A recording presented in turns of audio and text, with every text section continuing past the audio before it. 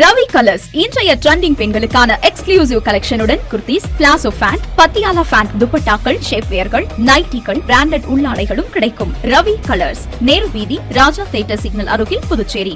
வணக்கம். முக்கிய செய்திகள். பொதுப்பிரிவு அட்டவணை இனத்தவர்களுக்கு வீடு கட்டும் திட்டத்துக்கான மானியம் உயர்த்தப்படும்.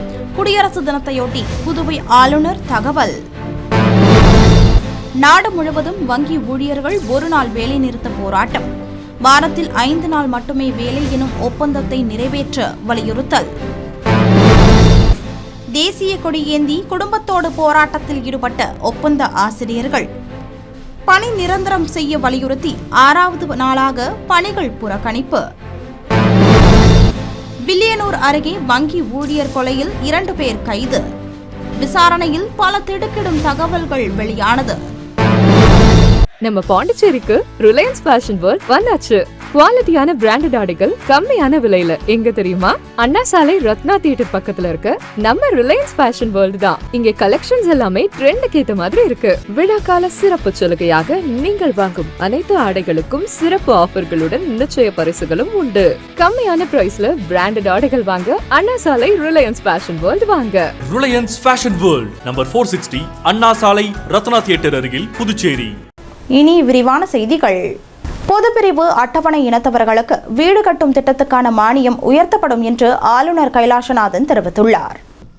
குடியரசு தினத்தையொட்டி புதுவை ஆளுநர் கைலாசநாதன் வெளியிட்டுள்ள செய்திக்குறிப்பில், புதுவை அரசு நிர்வாகத்தை மேலும் வலுப்படுத்த புதிய நியமனங்கள், பதவி உயர்வுகள் வழங்கப்படுவதாகவும், அரசு துறைகளில் காலியாக இருந்த சுமார் 4000 பணியிடங்கள் நிரப்பப்பட்டு உள்ளன என்றும், மேலும் 1200 பணியிடங்களுக்கு அறிவிப்பு வெளியிடப்பட்டு 500 பணியிடங்களை நிரப்ப நடவடிக்கை தொடங்கப்பட்டுள்ளதாகவும் தெரிவித்துள்ளார்.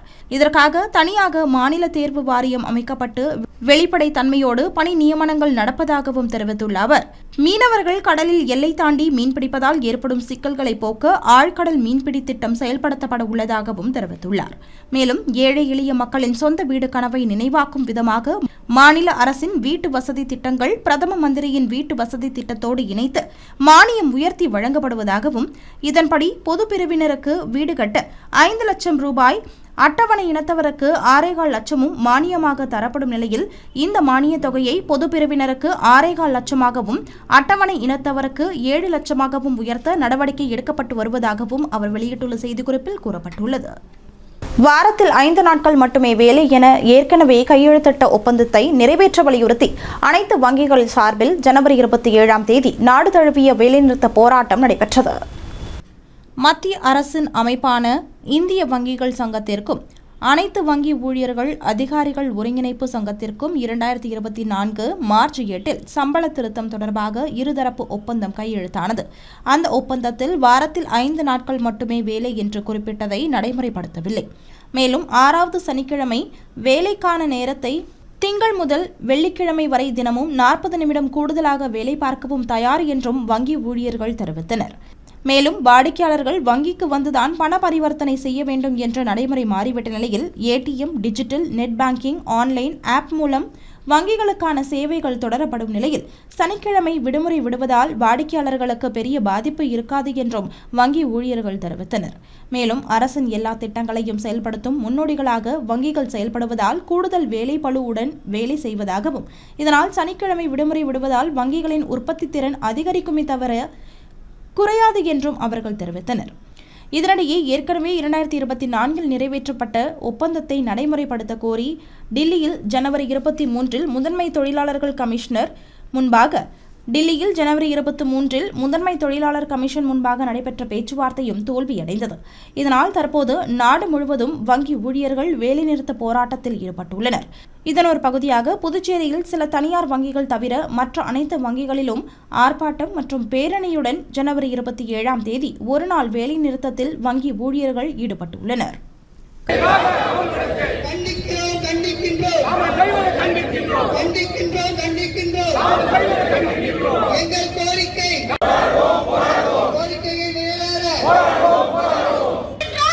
இந்திய வங்கி கூட்டமைப்பு சார்பாக இன்னைக்கு அகில இந்திய அளவில் வங்கிகள் எல்லாம் வேலை நிறுத்தம் நடத்திட்டு இருக்கோம். இன்னைக்கு புதுச்சேரியில் மட்டும் பார்த்தீங்கன்னா 2500 ஊழியர்கள் வேலை நிறுத்தம் பண்ணிட்டு இருக்கோம். அகில இந்திய அளவில் பார்த்தீங்கன்னா 8 லட்சம் ஊழியர்கள் வேலை நிறுத்தம் பண்ணிட்டு இருக்கோம். இந்த வேலை நிறுத்தம் எதுக்கு பண்ணிட்டு இருக்கோம்னா, 2024 IBA இந்தியன் பேங்க் அசோசியேஷன் கூட்ட எங்களுக்கு வந்து ஒரு அக்ரிமெண்ட் போட்டிருந்தோம். அதாவது இப்போ இருக்கிற சூழ்நிலை 2வது மற்றும் 4வது சனிக்கிழமையில் மட்டும் விடுமுறை இருந்தது. அதை வந்து எல்லா சனி ஞாயிறுகளும் எங்களுக்கு விடுமுறை கொடுக்கறதா IBA வந்து எங்களுக்கு ஒத்துக்கிட்டாங்க. அது கிட்டத்தட்ட 2 வருஷம் ஆயிடுச்சு. அந்த IBA ஒத்துக்கிட்ட பிறகு அது சென்ட்ரல் கவர்மெண்ட்டுக்கு அப்ரூவல் காமிச்சிருந்தாங்க. அந்த அப்ரூவல் வந்து 2 வருஷமா அரசாங்கம் இன்னும் கிடப்பிலே வச்சிருக்காங்க. அந்த ஒப்புதல் சீக்கிரமா எங்களுக்கு கொடுக்கணுன்றதுக்கோசரம் தான் இந்த ஸ்ட்ரைக் வந்தோம். இந்த ஸ்ட்ரைக்கு எடுத்த உடனே நாங்கள் வரல. போன வருஷமே இந்த மார்ச் மாதம் இந்த ஸ்ட்ரைக் நோட்டீஸ் நாங்கள் கொடுத்தோம். அப்போ எங்களுக்கு அரசாங்கம் உத்தரவாதம் கொடுத்தது நாங்கள் எப்படி சீக்கிரம் சரி பண்ணி கொடுத்துறோம் அப்படின்னு சொல்லி. ஆனால் கிட்டத்தட்ட 1 வருஷம் ஆயிடுச்சு உத்தரவாதம் கொடுத்த பிறகு கூட இன்னைய நாள் வரைக்குமே அந்த ஒப்பந்தத்தை அமல்படுத்தாமலே வச்சிருக்கிறாங்க. எங்களோட நோக்கம் வந்து மக்களை வந்து எந்த அளவுக்கும் பாதிக்காத அளவுக்கு தான் நாங்கள் பண்ணணும்னு நினைச்சிருந்தோம். அதனால தான் இந்த 2 வருஷமா நாங்கள் பொறுமையா எந்த பிரச்சனையும் இல்லாமல் மக்களுக்கு எந்த பிரச்சனையும் வரக்கூடாதுன்றோசரமே நாங்கள் பார்த்து பொறுமையா இருந்து தான் நாங்கள் பண்ணிட்டு இருந்தோம். ஆனால் இன்னைக்கு அரசாங்கம் எங்களை ரோட்ல இறங்கி போராடுற சூழ்நிலைக்கு தள்ள வச்சுட்டாங்க. புதுச்சேரியில் பணி நிரந்தரம் செய்ய கோரி தேசிய கொடியை ஏந்தி ஒப்பந்த ஆசிரியர்கள் குடும்பத்தோடு போராட்டத்தில் ஈடுபட்டனர். புதுச்சேரி அரசு பள்ளிக்கல்வித்துறையில் கௌரவ விரிவுரையாளர்கள், கௌரவ பட்டதாரி ஆசிரியர்கள், பட்டதாரி மொழி ஆசிரியர்கள், கௌரவ பால சேவிகாக்கள் என 250க்கும் மேற்பட்டோர் ஒப்பந்த அடிப்படையில் பணியாற்றி வருகின்றனர். தங்களை பணி நிரந்தரம் கோரி பணிகளை புறக்கணித்து கடந்த 21ஆம் தேதி முதல் பள்ளிக்கல்வித்துறை வளாகத்தில் அவர்கள் தொடர் போராட்டம் நடத்தி வருகின்றனர். இந்த போராட்டம் 26ஆம் தேதி 6வது நாளாக நீடித்தது. அவர்கள் கல்வித்துறையின் நுழைவு வாயிலில் தங்களது குழந்தைகளுடன் தேசிய கொடியை ஏந்தியபடி போராட்டத்தில் ஈடுபட்டனர். அப்போது அவர்கள் தமிழ்தாய் வாழ்த்து, கொடி வணக்கம், தேசிய கீதம் பாடினர். பின்னர் அவர்கள் கல்வித்துறை வளாகத்தில் தேசிய கொடியுடன் பேரணியாக சென்றனர். பேரணியின் போது வந்தே மாதரம் என கோஷமிட்ட நிலையில் பின்னர் தேசிய கொடிக்கு மரியாதை செலுத்தி தொடர்ந்து போராட்டத்தில் ஈடுபட்டனர். இந்நிலையில் சட்டமன்ற எதிர்க்கட்சித் தலைவர் சிவா, சட்டமன்ற உறுப்பினர் சம்பத், முன்னாள் துணை சபாநாயகர் TBR செல்வம் ஆகியோர் அங்கு சென்று போராட்டத்தில் ஈடுபட்ட ஆசிரியர்களுக்கு ஆதரவு தெரிவித்தனர்.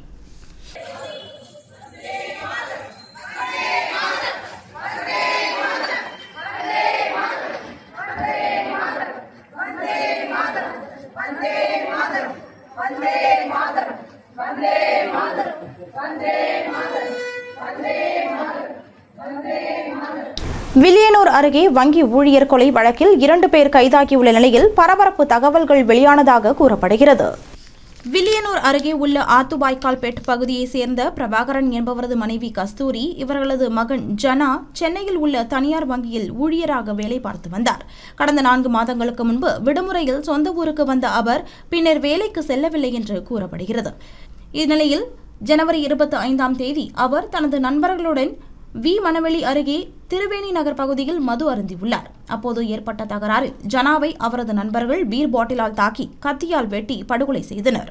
இதுகுறித்து வில்லியனூர் காவல்துறையினர் வழக்கு பதிவு செய்து விசாரணை மேற்கொண்டனர்.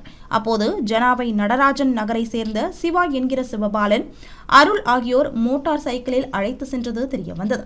இதனையடுத்து 2 பேரையும் பிடித்த காவல்துறையினர் அவர்களிடம் விசாரணை மேற்கொண்டனர். அப்போது திடுக்கிடும் தகவல்கள் வெளியானது. அதாவது சிவபாலனின் உறவினர் பெண்ணுக்கு ஜனா ஆபாசமாக செல்போனில் குறுந்தகவல் அனுப்பியதாக தெரிகிறது. இதுகுறித்து ஜனாவிடம் சிவபாலன் தட்டி கேட்டுள்ளார். அப்போது அவர்களிடையே தகராறு ஏற்பட்டதன் காரணமாக சிவபாலனை ஜனா தாக்கியதாக தெரிகிறது.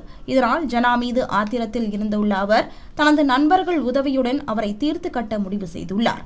அதன்படி ஜனவரி 25ஆம் தேதி இரவு மது குடிக்க அழைத்து வந்து பீர் பாட்டிலால் தாக்கி கத்தியால் வெட்டி கொலை செய்தது தெரியவந்தது. இதனையடுத்து சிவபாலன், அருள் ஆகிய 2 பேரையும் காவல்துறையினர் கைது செய்தனர். மேலும் சிலரை வலைவீசி தேடி வருகின்றனர். குடியரசு தினத்தையொட்டி புதுச்சேரி ஆளுநர் கைலாசநாதன் முக்கிய பிரமுகர்களுக்கு ஜனவரி 26ஆம் தேதி மாலை தேநீர் விருந்து அளித்தார். புதுச்சேரி ஆளுநர் மாளிகையில் குடியரசு தினத்தையொட்டி ஆளுநர் கைலாசநாதன் முக்கிய பிரமுகர்களுக்கு ஜனவரி 26ஆம் தேதி மாலை தேநீர் விருந்து அளித்தார். இந்த நிகழ்ச்சியில் முதலமைச்சர் ரங்கசாமி, சபாநாயகர் செல்வம், துணை சபாநாயகர் ராஜவேலு, சட்டமன்ற உறுப்பினர்கள் AKD ஆறுமுகம், பாஸ்கர் என்கிற தட்சிணாமூர்த்தி, லட்சுமிகாந்தன், கல்யாண சுந்தரம், சிவசங்கர், ராஜசேகரன் பங்கேற்றனர். மேலும் பாரதிய ஜனதா கட்சி தலைவர் VP ராமலிங்கம், தலைமை செயலாளர் சரத் சௌகான், மாவட்ட ஆட்சியர் குலத்துங்கன், காவல்துறை தலைமை இயக்குநர் ஷாலினி சிங் மற்றும் அரசு செயலாளர்கள், காவல்துறை உயர் அதிகாரிகள், முக்கிய பிரமுகர்கள் பலர் கலந்து கொண்டனர். இந்த நிகழ்ச்சியில் காங்கிரஸ், திராவிட முன்னேற்ற கழகத்தினர் பங்கேற்காமல் புறக்கணித்தனர் என்பது குறிப்பிடத்தக்கது. 100வது ஆண்டு விழாவை முன்னிட்டு புதுச்சேரியில் ராஷ்டிரிய ஸ்வயம் சேவக் சங்கத்தின் சார்பில் பேரணி மற்றும் பொதுக்கூட்டம் நடைபெற்றது. புதுச்சேரியில் ராஷ்டிரிய ஸ்வயம் சேவக் சங்கத்தின் சார்பாக 100வது ஆண்டு விழா அம்பேத்கர் மற்றும் விவேகானந்தர் சிந்தனைகள் ஆகியவைகளை முன்னிறுத்தி ஊர்வலம் மற்றும் பொதுக்கூட்டம் ஜனவரி 26ஆம் தேதி மாலை நடைபெற்றது. புதுச்சேரியில் உழவர்கரை நகராட்சி அலுவலகம், கொக்கு பார்க் சந்திப்பு, முத்தியால்பேட்டை மணிக்கூண்டு, முதலியார்பேட்டை பாரதி மில் பகுதி என 4 இடங்களில் இருந்து RSS தொண்டர்கள் ஊர்வலமாக புறப்பட்டு அண்ணா திடலை வந்தடைந்தனர். அதனைத் தொடர்ந்து அங்கு பொதுக்கூட்டம் நடைபெற்றது. பின்னர் RSS அமைப்பின் புதுச்சேரி மாவட்ட செயலாளர் செந்தில் விஸ்வநாதன் வரவேற்று பேசினார். தொடர்ந்து சிறப்பு விருந்தினராக வட தமிழக மாநில அமைப்பாளர் பிரசோபகுமார் கலந்து கொண்டு பேசினார். தொடர்ந்து RSS வட தமிழக மாநில தலைவர் குமாரசாமி, இணைத் தலைவர் செல்வராஜ், புதுவை கோட்ட தலைவர் மணிவண்ணன், மாவட்ட தலைவர் அரவிந்தன் மற்றும் புதுவை மாநில பாரதிய ஜனதா தலைவர் VP ராமலிங்கம், அமைச்சர் நமச்சிவாயம், பாராளுமன்ற உறுப்பினர் செல்வகணபதி மற்றும் பாரதிய ஜனதா கட்சி சட்டமன்ற உறுப்பினர்கள் உட்பட பலர் கலந்து கொண்டனர்.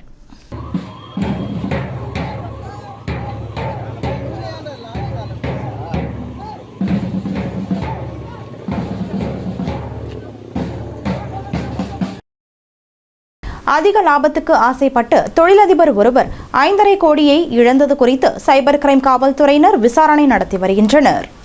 புதுச்சேரி ரெயின்போ நகரை சேர்ந்த தொழிலதிபர் ஒருவரின் செல்போன் எண்ணுக்கு வாட்ஸ்அப் மூலம் குறுஞ்செய்தி ஒன்று வந்துள்ளது. அதில் ஆன்லைன் வர்த்தகம் மூலம் அதிகம் சம்பாதிக்கலாம் என்று குறிப்பிடப்பட்டிருந்தது. இதற்கு அவர் சம்மதம் தெரிவித்ததால் மர்ம நபர்கள் அவரை தொடர்பு கொண்டு ஆன்லைன் வர்த்தகம் எவ்வாறு செய்ய வேண்டும் என்று ஆலோசனை வழங்கியுள்ளனர். பின்னர் அவர்கள் ஒரு லிங்கை அனுப்பி அதன் மூலம் முதலீடு செய்யுங்கள் என கூறியுள்ளதை கேட்டு அவர் முதலில் 5,000 ரூபாய் முதலீடு செய்துள்ளார். இதன் மூலம் அவருக்கு 3,000 ரூபாய் லாபம் கிடைத்துள்ளது. இதனைத் தொடர்ந்து அவர் பல்வேறு தவணைகளாக 5.5 கோடி ரூபாய் முதலீடு செய்துள்ளார். இதன் மூலம் கிடைத்த லாபத்தை தனது வங்கிக் கணக்கிற்கு மாற்ற முயற்சி செய்தபோது அவரால் முடியவில்லை. எனவே அவர் தனக்கு முதலில் ஆலோசனைகள் வழங்கியவரை தொடர்பு கொள்ள முயற்சி செய்துள்ளார். ஆனால் முடியாத காரணத்தினால் தான் மோசடி செய்யப்பட்டதை உணர்ந்த அவர் சைபர் கிரைம் காவல் நிலையத்தில் புகார் தெரிவித்தார். இதுகுறித்த புகாரின் பேரில் சைபர் கிரைம் காவல்துறையினர் வழக்கு பதிவு செய்து விசாரணை நடத்தி வருகின்றனர். இனி வருவது புதுவையில் இன்றைய தங்கம் மற்றும் வெள்ளி விலை நிலவரம். இன்றைய தங்கம் வெள்ளி விலை விவரம். புதுவையில் இன்றைய தங்கம் வெள்ளி விலை விவரம் வழங்குபவர்கள் முத்து கோல்ட் ஹவுஸ், பாண்டிச்சேரி. தங்கம் 1 கிராம் 14,845 ரூபாய். வெள்ளி 10 கிராம் விலை விவரம் 3,840 ரூபாய். இத்துடன் AMN செய்திகள் நிறைவடைந்தன. வணக்கம். உங்கள் முத்து சில்க் ஹவுஸின் புதுச்சேரி நேரு வீதி வணிக திருவிழா வருகின்ற ஜனவரி 1 முதல் பிப்ரவரி 20 வரை. நீங்கள் வாங்கும் ஆடைகளுக்கு பரிசு கூப்பன்களை பெற்று உங்களுக்கான பரிசுகளை வென்று மகிழ்ச்சி அடையுங்கள். முத்து சில்க் ஹவுஸ், புதுச்சேரி. உங்கள் AMN TV செய்திகளை யூடியூபில் உடனுக்குடன் காண AMN TV பாண்டிச்சேரி சேனலை சப்ஸ்கிரைப் செய்யுங்கள். பெல் பட்டனை மறக்காமல் கிளிக் செய்யுங்கள்.